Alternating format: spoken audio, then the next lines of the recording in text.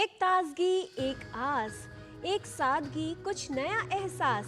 ऐसे ही होती है एक नए दिन की सकारात्मक शुरुआत और हर नई सुबह मन में भर देती है एक नया विश्वास। सुप्रभात एवं स्वागत है आपका इस विशेष कार्यक्रम में। मैं हूँ किरण भारद्वाज।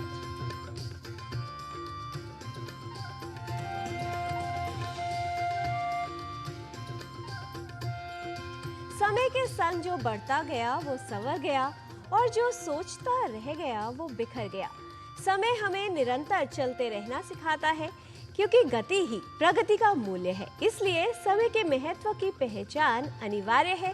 आइए जान लेते हैं क्या है आज की तिथि, वार और नक्षत्र, और इसके लिए देख लेते हैं आज का पंचांग। आज का पंचांग युगाब्द 5126, विक्रम संवत 2081, शक संवत 1946, दक्षिणायन, पौष मास, कृष्ण पक्ष, प्रतिपदा तिथि, सोमवार, आर्द्रा नक्षत्र। आज का दिन सभी के लिए मंगलमय हो। कहा जाता है कि जीवन में सदैव ही सकारात्मकता बनाए रखनी चाहिए। सकारात्मक रहने का अर्थ ये नहीं है कि हमें सदैव प्रसन्न रहना है। सकारात्मक रहने का अर्थ ये है कि हम समझते हैं कि कठिन समय के बाद समय में बदलाव होगा और अच्छा यानी उत्तम समय अवश्य आएगा। सकारात्मक बनाए रखने के लिए विचारों में बदलाव बहुत ही आवश्यक है और इसके लिए निरंतर प्रयत्न करते रहना चाहिए क्योंकि सकारात्मकता ही हमें कठिन समय में बल देती है, ऊर्जा देती है और उसका सामना करने का साहस प्रदान करती है। हित्वा प्रियो भवति, क्रोधं हित्वा न शोचति, कामं हित्वार्थवान् भवति, लोभं हित्वा सुखी भवेत्। मनुष्य अहंकार को छोड़कर सबका प्रिय हो जाता है। क्रोध को छोड़ने के बाद वह शोक नहीं करता। इसी तरह इच्छा को छोड़कर मनुष्य धनवान हो जाता है और लोभ को छोड़ सुखी हो जाता है। A man becomes dear to everyone, leaving the ego. He does not grieve after leaving the anger. In the same way, a man becomes rich by leaving desire and becomes happy by leaving greed. Ganga तट पर स्थित है काशी नगरी अर्थात भगवान शिव की नगरी, जिसका धार्मिक दृष्टि से विशेष महत्व है। पर क्या आप जानते हैं कि काशी नगरी की शिल्प परंपरा भी विशेष है? आइए देखते हैं इसी पर आधारित हमारी ये विशेष रिपोर्ट।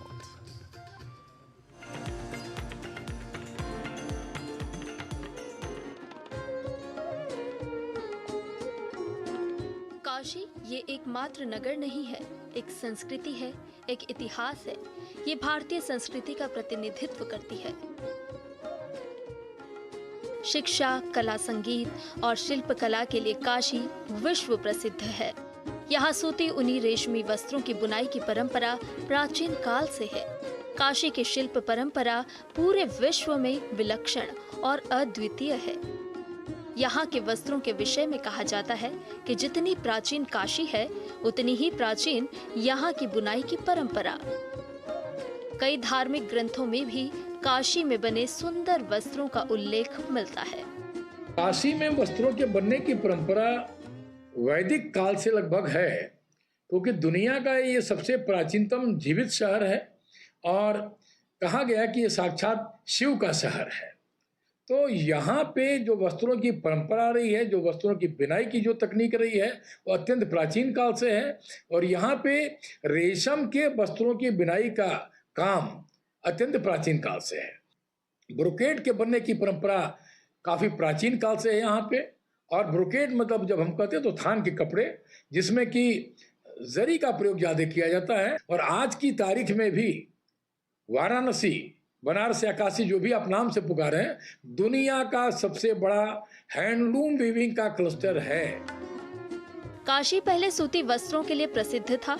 यहाँ सूती वस्त्रों की बुनाई होती थी जो बहुत ही महीन और मुलायम होती थी। फिर धीरे धीरे सूती वस्त्रों का स्थान रेशमी वस्त्रों ने ले लिया। इसके मुख्य उत्पाद बनारसी साड़ियाँ और ब्रोकेड यानी कि जरी वस्त्र हैं। समय के साथ बनारसी साड़ियाँ और ब्रोकेड बुनाई की शैली में परिवर्तन होने लगे। बुनाई की ये कला और भी समृद्ध हुई और इसे उच्च स्तर पर पहुंचा दिया गया। काशी का ये हस्तशिल्प और यहाँ के शिल्पकारों ने अपनी कला के माध्यम से दुनिया को अपनी ओर आकर्षित कर लिया है। बनारसी ब्रोकेड और साड़ियाँ बनारस के व्यक्तित्व, संस्कृति और अन्य मान्यताओं और परंपराओं से जुड़ी है। इसमें कला और तकनीक पक्ष दोनों ही मिलकर विशिष्टता प्रदान करते हैं। बनारसी ब्रोकेड, जिसे हस्त निर्मित कपड़ा भी कहा जाता है, ये एक प्रकार का भारी और समृद्ध वस्त्र है जो आमतौर पर रेशम के साथ सोने और चांदी के तारों में बुना जाता है। काशी का वस्त्र काश कांचू, काश उत्तम और काश जैसे विभिन्न नामों से इसे प्राचीन काल से जाना जाता है। बनारसी साड़ी के इतिहास के बारे में अगर हम बात करें तो इसका सबसे पहला उदाहरण जो हमें साहित्यिक रूप से मिलता है वो ऋग्वेद में इसका उल्लेख हिरण्य के नाम से मिलता है। मतलब ऐसे वस्त्र जिसके ऊपर सोने से काम किया हो। उससे यह पता चलता है कि ऋग्वैदिक काल में भी स्वर्ण से काम किए गए वस्त्र जो हैं समाज में प्रचलित थे और लोग उसका बहुतायत इस्तेमाल कर रहे थे।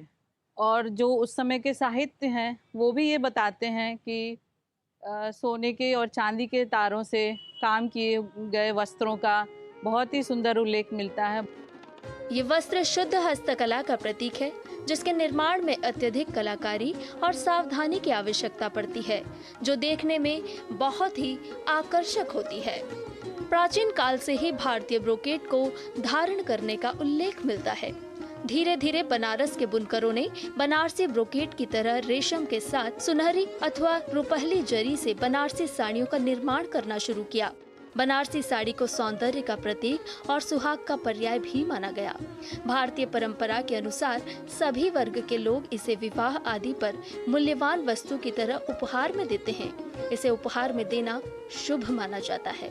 बनारस की साड़ी जिसका लगभग जो ज्ञात इतिहास है वह लगभग 3000 वर्ष के आसपास का एक इतिहास ज्ञात है, लेकिन हमें लगता है कि शायद उससे प्राचीन ये चीज़ें हैं, ये इसका जरूर रहा होगा। लेकिन ज्ञात इतिहास में, क्योंकि जब हम चाणक्य के कालखंड को भी देखते हैं तो उस समय भी वस्त्रों की जो बनने की परंपरा रही है उसमें भी काशी के वस्त्रों का उल्लेख किया गया है। बनारसी वस्त्रों की विशिष्टता उनकी बुनाई के तरीकों और उपयोग की गई सामग्री में है। बुनाई के लिए सोने, चांदी और कई प्रकार के तारों का प्रयोग किया जा रहा है, जो इन वस्त्रों को अद्वितीय और अत्यधिक मूल्यवान बनाता है। इसे भारतीय परंपरा की सांस्कृतिक धरोहर का एक महत्वपूर्ण हिस्सा माना जाता है। Bureau report, DD news.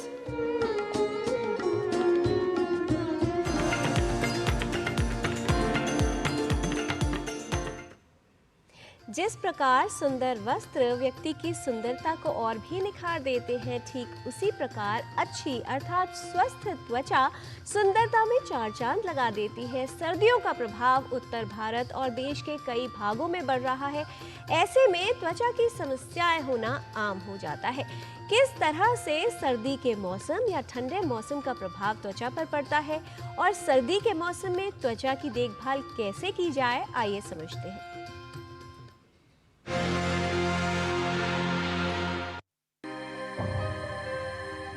हमारी त्वचा शरीर का बाहरी आवरण है। त्वचा बाहरी तत्वों के संपर्क में अधिक रहती है, इसलिए त्वचा पर अधिक प्रभाव होता है। अधिक ठंड, प्रदूषण, धूल, मिट्टी के कण और तापमान, ये सभी कारक त्वचा को प्रभावित कर सकते हैं और समस्या उत्पन्न कर सकते हैं। विंटर्स में ह्यूमिडिटी नहीं रहती है, एटमॉस्फेयर में जो हमारा मॉइस्चर कंटेंट कम हो जाता है और हम गर्म पानी इस्तेमाल कर रहे हैं, हम हीटर्स के सामने बैठ रहे हैं, आर्टिफिशियल हीटिंग रूम्स में लगाते हैं, तो ये सब जो वजह बन जाती है जिससे कि त्वचा की नमी सूखने लगती है और त्वचा खुश्क पड़ने लगती है। जैसे जैसे तापमान घटता है और सर्दी बढ़ती है, वैसे ही त्वचा की समस्याओं का खतरा भी बढ़ जाता है। सर्दियों के मौसम में कम तापमान और शुष्क हवा त्वचा को प्रभावित कर सकती है। सर्द मौसम और शुष्क हवा त्वचा की नमी चुराकर उसे रूखा और बेजान बना देती है और त्वचा की कई समस्याएं उत्पन्न होने की संभावना बढ़ जाती है। सर्दी जैसे आती है तो त्वचा सबसे पहले तो खुश्क होनी शुरू होती है। अगर हम अपना उसके ऊपर हाथ अगर हम फैलाएं, त्वचा को टच करें, तो उस पर हमें खुश्की और रूखापन महसूस होगा, जिसे हम ड्राई स्किन बोलते हैं। और उसमें कुछ कुछ चेंजेस भी आते हैं जो कि हम देख सकते हैं, और वो चेंजेस होते हैं कि त्वचा की जो एक नॉर्मल एक कलर है उससे वो थोड़ी सी पीली या सफ़ेद सी नज़र आती है, उसमें थोड़ी लाइनें ज़्यादा नज़र आती हैं, स्किन मार्किंग्स बढ़ जाती हैं, सफ़ेद छिलका आ सकता है। और जब सफ़ेद छिलका दिखता है तो दैट मीन्स कि त्वचा बहुत ही खुश्क हो गई है। खुश्क त्वचा में खुजली शुरू होगी और खुजाने से त्वचा के ऊपर एक्जिमा बन सकता है, जो कि सिर्फ खुजाने की वजह से बन जाता है। उसमें लाली आ सकती है, उसमें डिस्चार्ज हो सकता है, दाने पड़ जाते हैं और ये धीरे धीरे बढ़ सकता है। एक तो ये हुआ एक्जिमा। दूसरा है कि अगर कट्स पड़ गए हैं रूखी त्वचा में, जो कि ज़्यादातर हाथों और पैरों में देखने में आता है, हाउसवाइफ्स में, क्योंकि उनका काम ही ऐसा है कि वो गर्म पानी, साबुन, डिटर्जेंट्स में हाथ डालती हैं, तो उससे जो त्वचा है कट फट जाती है, उसमें फिशर्स पड़ जाते हैं और इन फिशर्स में बहुत दर्द होता है। और साथ ही साथ कई बार सेकेंडरी इन्फेक्शन, बैक्टीरिया भी इसमें चला जाता है और उसमें पस भी पड़ जाती है, तो ये बहुत गंभीर समस्या हो जाती है। ऐसे ही एक्जिमा भी, उसमें इन्फेक्शन हो सकती है। सर्दियों के मौसम में त्वचा का रूखापन, होठ और त्वचा का फटना, त्वचा पर चकत्ते, बालों में रूसी, एड़ियों की त्वचा का फटना, हाथों व पैरों की उंगलियों में सूजन और लालपन, ये समस्याएं हो सकती हैं। वहीं जिनकी त्वचा अधिक संवेदनशील है, उनमें इस मौसम में त्वचा की समस्याएं बढ़ सकती हैं। सर्दियों में खुजली, सोरासिस और एक्टोपिक डर्मेटाइटिस जैसी समस्याओं की संभावना भी होती है। सर्दियों में त्वचा की समस्याओं से बचाव कैसे किया जा सकता है और क्या सावधानी रखनी चाहिए, ये समझना महत्वपूर्ण है। सर्दियों के मौसम में आमतौर पर लोग त्वचा की सफाई पर ध्यान नहीं देते, कम नहाना पसंद करते हैं, वहीं त्वचा को मॉइस्चराइज करना भी भूल जाते हैं। सर्दियों के मौसम में अपनी त्वचा की साफ सफाई का विशेष ध्यान रखना चाहिए।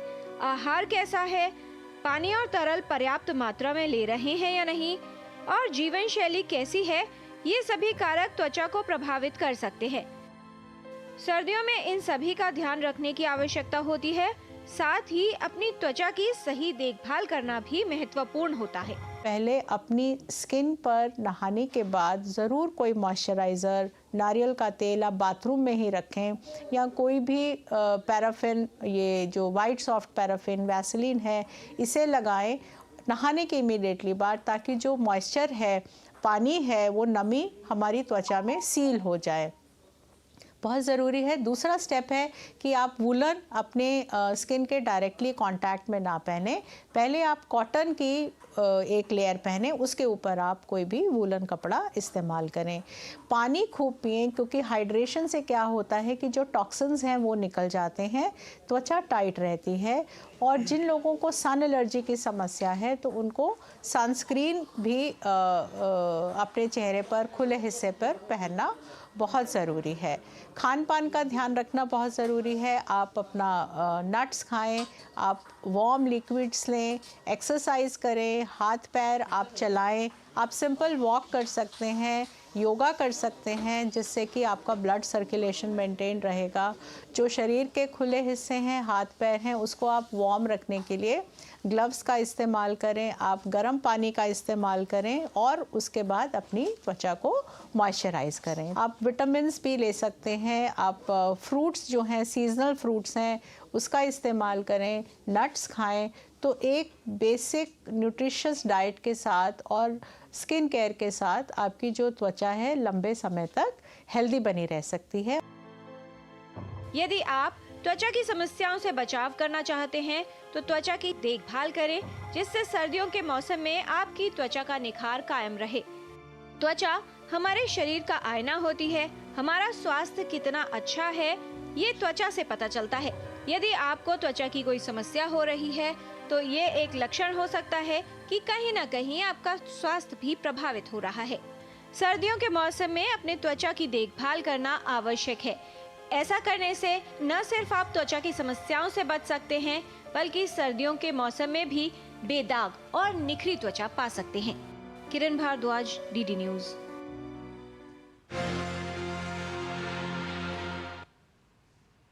त्वचा की सही देखभाल, सही पोषण और पर्याप्त मात्रा में पानी पीना यानी प्रॉपर हाइड्रेशन सर्दियों के मौसम में भी आपकी त्वचा का निखार बरकरार रखने में उपयोगी हो सकता है।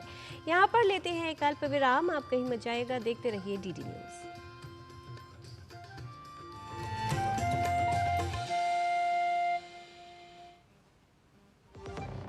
खुद को पैम्पर करिए MDH बादाम रोगन के साथ, जो आपको संवारे, निखारे और नरिश करे। चमके चमके हाँ, दमके दमके त्वचा में समाए, हाइड्रेट करे, हर उम्र की त्वचा का पोषण करे। You deserve the purity. MDH बादाम रोगन, नेचुरल, टेंडर, प्योर। चमके चमके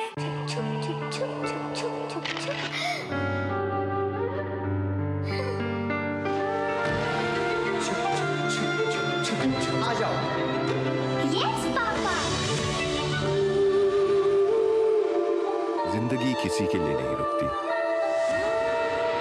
हम भी आपको कहाँ रुकने देंगे। जिंदगी के हर मोड़ पर LIC है तो इंश्योर्ड है। LIC, हर पल आपके साथ। मुथूट फाइनेंस, इंडिया का number 1 most trusted financial services brand. Gold loan लेने के लिए कॉल करें 1-800-313-1212। MDH की देगी मिर्च, देगी मिर्च का तड़का, अंग अंग फड़का। MDH की देगी मिर्च।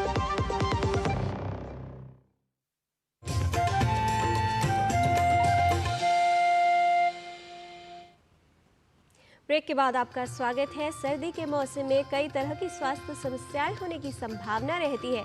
सर्दी, जुकाम, बुखार या गले में खराश आम समस्याएं हैं जो हर किसी को हो ही जाती हैं। इन समस्याओं से बचाव में और इनसे राहत में योग उपयोगी है। आइए देखते हैं कुछ योगिक क्रियाएं जो सर्दी का प्रभाव करने में आपके लिए सहयोगी और उपयोगी हो सकती है। बदलता हुआ मौसम, बदलती हुई समस्याएं। जब मौसम बदलता है तो हमारे शरीर बाहर इतनी परिवर्तन आता है, शरीर के भीतर भी परिवर्तन आता है। ऐसे में कोल्ड एंड कफ हो जाना, नज़ला जुकाम हो जाना, नाक बंद हो जाना, कंजेशन हो जाना, गले में दर्द होना, ये बड़ी आम समस्याएं हो जाती हैं। ऐसे में क्या ऐसी यौगिक प्रैक्टिसेस हैं जो हम कर सकते हैं जिससे हम नज़ले जुकाम के, कोल्ड एंड कफ के इफेक्ट्स को थोड़ा सा कम कर सके, वो थोड़ा सा समझ लीजिए। बहुत डीप ब्रीदिंग आप कर नहीं पाते क्योंकि नाक बंद है। ऐसे में हमें थोड़ी सी क्लिनजिंग प्रैक्टिसेस करने की जरूरत है। विशेष रूप से भारत योग की विरेचन गति बहुत ही प्रचलित गति है। विश्व भर में आज लोग भारत योग की इस विरेचन गति का अभ्यास करते हैं। विरेचन गति के सारे स्टेप्स करने हैं आपको। कुछ स्टेप्स में आपको कंजेशन ज्यादा लगेगा, आपको लगेगा कि नहीं मेरी नाक से सांस नहीं निकल पा रहा है। ऑफ कोर्स ऐसा लगना स्वाभाविक है क्योंकि नाक बंद है, लेकिन फिर भी जितना सुगमता से कर सके उतना करें। अति सर्वत्र वर्जित, अपने साथ ज्यादती नहीं करना, excess of everything is wrong, तो वो हम नहीं करेंगे। जितना सुगमता से कर सकते हैं वैसे करेंगे। पहले स्टेप के लिए मुट्ठी को बंद कर लेंगे, हाथों को यहाँ पर 90 डिग्री के एंगल पर टिका देंगे। कुछ लोग क्या गलती करने लगे हैं भारत योग की विरेचन गति में कि हाथ को यहाँ रख लेते हैं। नहीं, ये नहीं करना। हाथ 90 डिग्री का पूरा एंगल बनना चाहिए। सांस भरते हुए हाथ को उठाना, सांस छोड़ते हुए वापस ले आना। कैसे करेंगे देखिए एक बार।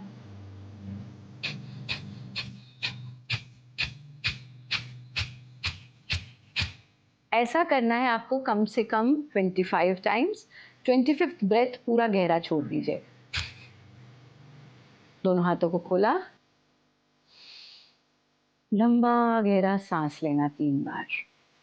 ये एक राउंड है 25 ब्रेथ का, एंड देन 3 डीप ब्रीदिंग। इसके आप 4 राउंड कर सकते हैं। ये है पहला स्टेप। दूसरे स्टेप में हमारा जो लेफ्ट हथेली है वो तो आप घुटने पे रख लीजिए। राइट हथेली जो दायां अंगूठा है आपका, उससे दाएं स्वर को यानी राइट नॉस्ट्रल को बंद करना और सिर्फ लेफ्ट से हमको एक्सेल करना है। देखिए कैसे। अब इस बार पूरा पेट का भी कॉन्ट्रैक्शन हो रहा है और हम अपनी लंग्स की क्लींजिंग को महसूस कर पा रहे हैं। कार्बन डाइऑक्साइड बाहर छूट रही है। 50 बार ऐसा कर लीजिए। तीसरे स्टेप में दाएं हाथ की तीसरी उंगली से बाएं स्वर को, राइट हैंड की थर्ड फिंगर से लेफ्ट नॉस्ट्रल को बंद करेंगे और राइट नॉस्ट्रल से यानी दाएं स्वर से इस ही विरेचन को रिपीट करना।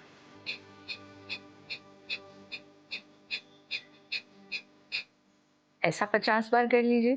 3 स्टेप्स हुए। चौथे स्टेप में हम अपनी दाएं हाथ के अंगूठे और उंगली से ऐसे चिमटा जैसा बना लेते हैं। इससे हमें अपने नॉस्ट्रल्स को कंट्रोल करना है। तो कैसे करेंगे? एक्सेल किया, एक्सेल किया, यानी हमारे इनहेलेशन की आवाज़ नहीं आएगी पर इनहेलेशन हो रहा है which is very very mild. देखिए एक बार ध्यान से।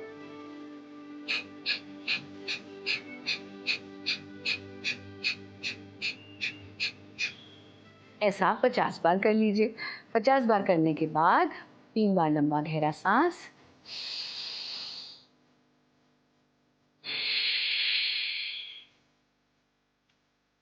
That's it. तो विरेचन गति का नियमित अभ्यास कीजिए ताकि कोल्ड एंड कफ के जो आफ्टर इफेक्ट्स हैं वो ना रहे। अपनी डाइट में म्यूकस प्रोड्यूसिंग फूड से दूर रहिए। जितना हो सके आप प्राकृतिक भोजन करिए। आप माइल्ड योगाभ्यास ज़रूर करते रहें क्योंकि जब कोल्ड एंड कफ होता है तो हमारी कमर में, गर्दन में, सर में भारीपन, कमर गर्दन में अकड़ाहट भी महसूस होती है। विरेचन के ऑल स्टेप्स आपको दिन में 2 बार भी आप कर सकते हैं, बट इसमें ऐसे मुंह बिगाड़ के ऐसे नहीं करना जैसे दिखाया है। मतलब सुगमता, सहजता से, अपने आप को प्रेशराइज करके नहीं करना है। आप नियमित रूप से भारत योग साधना करते रहें। नियमित रूप से योगी बने, उपयोगी बने, सहयोगी बने, निरोगी बने। नमस्ते। जीवन में प्रगति तभी हो सकती है जब हम निरंतर कुछ नया सीखते रहें। आज संस्कृत पाठशाला में हम बात करेंगे सत्यमेव जयते की। क्या है इसका शुद्ध लेखन और उच्चारण? आइए जान लेते हैं हमारे सहयोगी नारायण दत्त मिश्र से। चलते हैं संस्कृत पाठशाला में।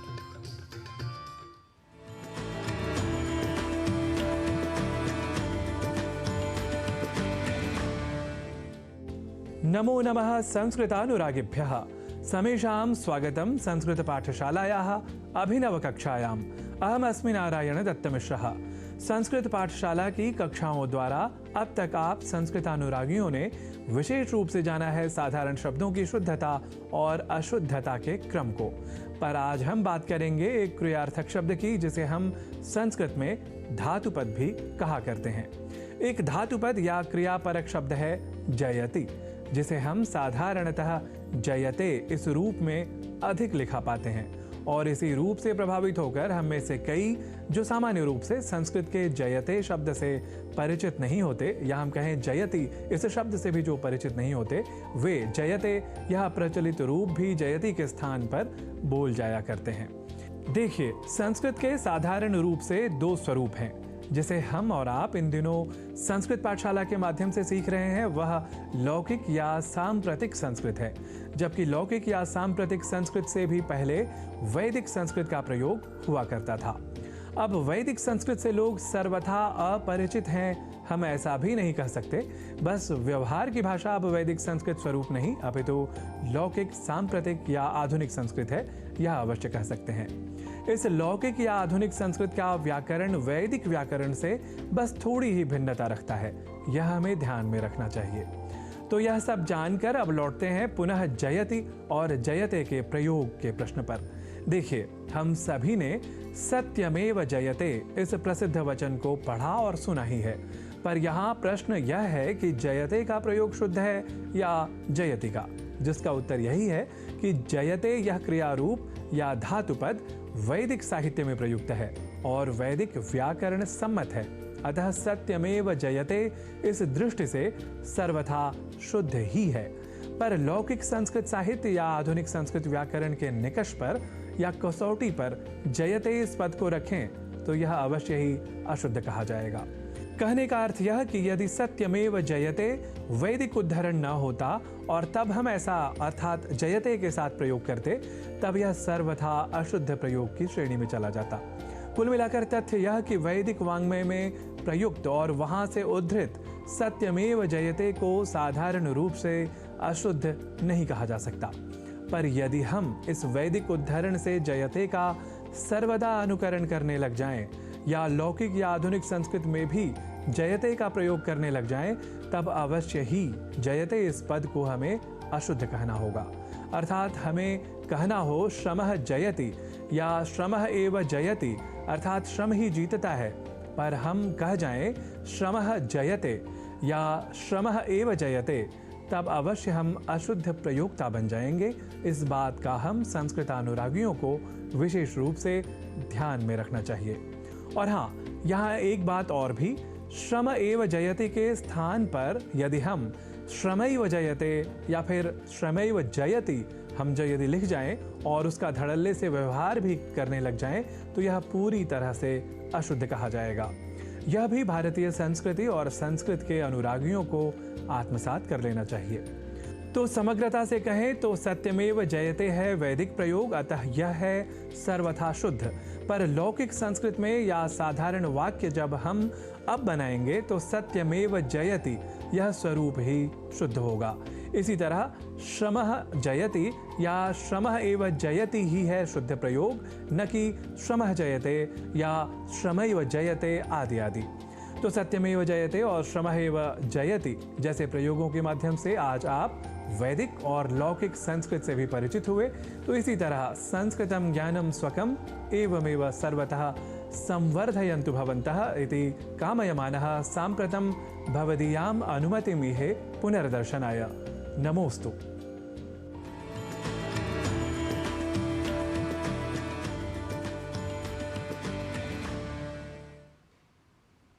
संसार में सबसे शक्तिशाली है मनुष्य की वाणी, जो बिना शस्त्र उठाए क्रांति ला सकती है और बिना परिश्रम किए शांति। अक्सर झगड़े और मतभेद का कारण हमारी वाणी बनती है, इसलिए सदा ही हम क्या बोलते हैं, क्या बोलना है और क्या नहीं बोलना है, इस पर विचार करके ही कोई भी शब्द या वाक्य अपने मुख पर लाइए। और प्रयास यही रहना चाहिए कि बात का आरंभ चाहे कहीं से भी हो, लेकिन उसकी समाप्ति मुस्कुराहट के साथ ही होनी चाहिए। आज के कार्यक्रम में इतना ही। प्रसन्न चित्त रहिए, आगे बढ़ते रहिए, सकारात्मक रहिए। हमारी पूरी टीम को दीजिए अनुमति। नमस्कार।